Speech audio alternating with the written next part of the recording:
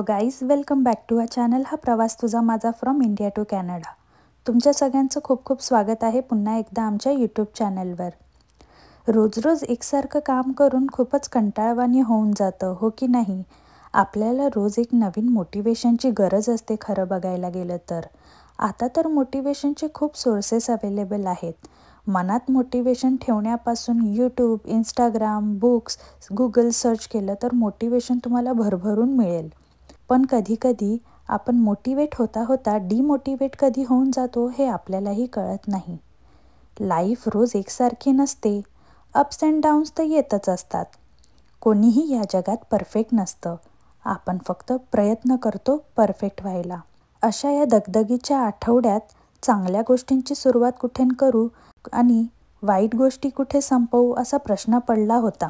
पण आयुष्य कोणासाठी थांबत नाही, म्हणून प्रयत्न करायला पाहिजे. तर आज मी माझ्या बिझी दिवसाची सुरुवात रँडम मॉर्निंग क्लिप्सपासून सुरू केली आहे. काही दिवसांपासून रुटीनमध्ये एवढा बदल झाला आहे की स्वतःसाठी पण वेळ मिळत नाही आहे.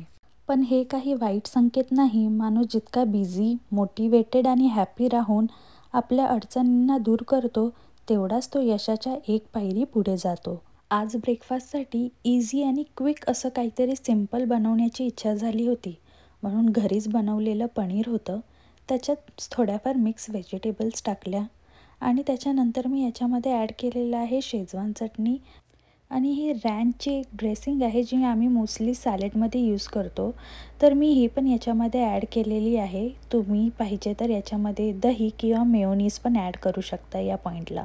काही मसाले न ॲड करता या 2 वस्तूंनीच मी इथे सँडविच बनवण्याचा प्रयत्न करत आहे आणि याच्यानेच याला खूप अप्रतिम चव आलेली आहे. तुम्ही जर हे कधी ट्राय केलं नसेल तर नक्की एकदा तरी ट्राय करा आणि मला नक्की सांगा तुम्हाला हे आवडलं की नाही.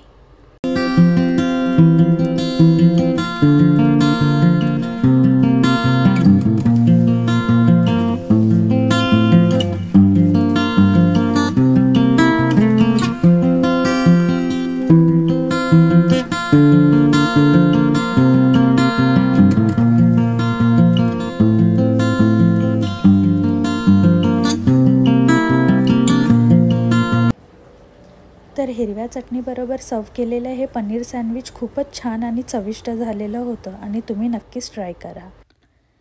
जेव्हा जेव्हा आम्ही शॉपिंगला जातो तेव्हा Aarav cupcake, cheese cake, donuts घ्यायचा आग्रह करतो.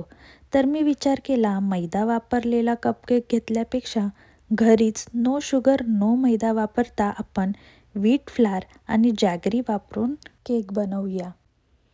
तर इथे मी एका बोलमध्ये 2 पिकलेली केळी घेतलेली आहे आणि त्याला व्यवस्थित मी फोर्कच्या सहाय्याने स्मॅश करून घेतलेलं आहे. आणि स्मॅश करून झाल्यावर मी याच्यामध्ये ॲड करणार आहे अर्धा कप दूध. आणि हे दूध हे नॉर्मल टेम्परेचरवरचं दूध घेतलेलं आहे. आणि याच्यानंतर आपण याच्यात ॲड करणार आहोत ऑइल. तर मी 3/4 कप ऑफ ऑइल घेतलेलं आहे. तुम्ही याच्यात कोकोनट ऑइल पण यूज करू शकता हेल्दी ऑप्शन म्हणून. आणि याला व्यवस्थित मिक्स करून घेणार आहे सर्व इन्ग्रेडियंट्स. वेट इन्ग्रेडियंट्स मिक्स झाल्याच्या नंतर आता आपण ड्राय इन्ग्रेडियंट्स बघूया. तर ड्राय इन्ग्रेडियंट्समध्ये मी घेतलं आहे 1 कप गव्हाचं पीठ. त्याच्यात मी टाकलेलं आहे 1/2 cup of cocoa powder, 1 teaspoon baking powder, 1/2 teaspoon baking soda आणि हे सगळंपैकी आपण चाळून घेणार आहोत. ही स्टेप खूप महत्त्वाची आहे कारण की याच्याने तुमच्या केक बॅटरमध्ये काही गाठी राहणार नाहीत आणि त्यामुळे तुमचं बॅटर एकदम स्मूथ रेडी होईल. तर आता वेळ आली आहे ड्राय इन्ग्रेडियंट्स, वेट इन्ग्रेडियंट्स दोन्ही मिक्स करायचे. तर मी ते ड्राय इन्ग्रेडियंट्स आपल्या वेट इन्ग्रेडियंट्समध्ये ॲड केलेले आहेत आणि आता त्याच्यानंतर कट अँड फोल्ड मेथड वापरून आपण याला मिक्स करणार आहोत. आणि याला व्यवस्थित मिक्स झाल्याच्या नंतर सगळ्यात शेवटी आपण याच्यात ॲड करणार आहोत ड्रायफ्रूट्स आणि जॅगरी पावडर. तर सगळ्यात आधी मी ड्रायफ्रूट्समध्ये घेतले आहे काजू, बदाम आणि मनुके. तुमच्या आवडीप्रमाणे तुम्ही कमी जास्त करू शकता. ड्राय इन्ग्रेडियंट्स वेट इन्ग्रेडियंट्समध्ये मिक्स करायच्या आधी मी 1 स्पून या ड्रायफ्रूट्समध्ये ॲड केलेले होते आणि त्याच्याने काय होतं, जे तुमचे ड्रायफ्रूट्स आहे ते इव्हनली स्प्रेड होतात केकमध्ये आणि ते तळाला जाऊन बसत नाहीत. आणि त्याच्यानंतर 1 कप ऑफ जॅगरी पण याच्यात ॲड केलेली आहे. बॅटर तर आता आपलं रेडी झालेलंच आहे. तर चला आता पॅनला पण ग्रीस करून घेऊया. तर पॅन ग्रीस करण्यासाठी मी इथे थोडं सुरुवातीला तेल लावून घेतलं आणि त्याच्यानंतर पिठाने याला डस्ट करून घेतलेलं आहे. आणि आता जे आपण बॅटर मिक्स करून ठेवलेलं ते मी भांड्यामध्ये ट्रान्सफर करून घेते.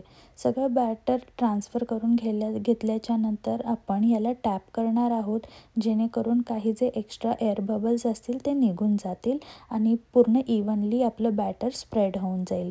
त्याच्यानंतर थोडेफार ड्रायफ्रूट्स तुम्ही गार्निशिंगसाठी वरती वापरू शकता. आणि इथे माझं अवनसुद्धा प्रीहीट झालेलं आहे. तर मी अवनला 180 डिग्रीवर प्रीहीट करायला ठेवलेलं आणि आता रेडी झालेला आहे. तर आता मी जो आपला केकचा पॅन आहे तो आतमध्ये ठेवलेला आहे. सो आता 40-45 मिनटानंतर मी एकदा चेक करेन की आपला केक रेडी झालेला आहे की नाही. या स्टेजला तुम्ही एक काम करू शकता, जर तुमचा केक रेडी झालेला नसेल तर तुम्ही याला पुन्हा 5-10 मिनटासाठी ठेवू शकता. पण तुम्ही इथे बघू शकता की माझा केक रेडी झालेला आहे आणि सुरी पण एकदम क्लीन आलेली आहे. ओव्हनमधून काढून झाल्याच्या नंतर मी याला थोड्या वेळासाठी थंड व्हायला ठेवलेलं आणि इथे तुम्ही बघू शकता माझा केक थंड झालेला आहे आणि खूप सॉफ्ट आणि स्पॉन्जी झालेला आहे. तर आता मी ह्याला कट करून घेते. जसं की मी तुम्हाला सांगितलं आहे या व्हिडिओच्या आधीच की या केकमध्ये आपण मैदा नाही वापरलेला आहे, नाही शुगर वापरलेली आहे. तर आपण याच्या जागी मैद्याच्या जागी गव्हाचं पीठ आणि जॅगरीपासून हा केक बनवलेला आहे आणि तुम्ही बघू शकता की किती सॉफ्ट झालेला आहे आणि चवीलाही तेवढाच छान आहे. आणि इथे आम्ही आता सगळेजण निघालो आहोत ग्रोसरी शॉपिंगसाठी. तर आता जाणार आहोत आम्ही कॉस्कोला ग्रोसरी शॉपिंग करायला, कारण की बरेच दिवस झाले असे व्यवस्थित शॉपिंग करता येत नाही आहे. थोडंफारच सामान आणतो आहे, जेवढे गरजेचं आहे तेवढं. त्यामुळे काही जायला वेळच मिळत नव्हता. पण म्हटलं की चला आज जाऊया आणि शॉपिंग करून घेऊया, म्हणून आम्ही सगळेजण निघालो ग्रोसरी शॉपिंगला. आणि बरीच काही छोटी मोठी कामंसुद्धा होती, तर म्हटलं ती पण होऊन जातील.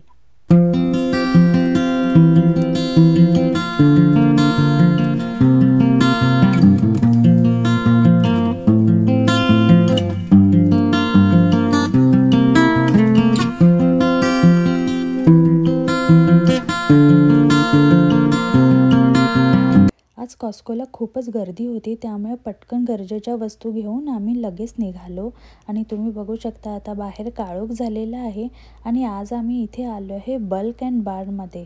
तर बल्क अँड बार्नमध्ये मी आज पहिल्यांदाच आलेली आहे आणि आतमध्ये गेल्याच्या नंतर एवढ्या साऱ्या वस्तू बघितल्या आणि एवढा आनंद झाला की खूप प्रकारचे इथे स्नॅक्स आयटमसुद्धा आहेत आणि खूप सारे स्पायसेस आहेत. सगळे प्रीमिक्स अवेलेबल आहेत.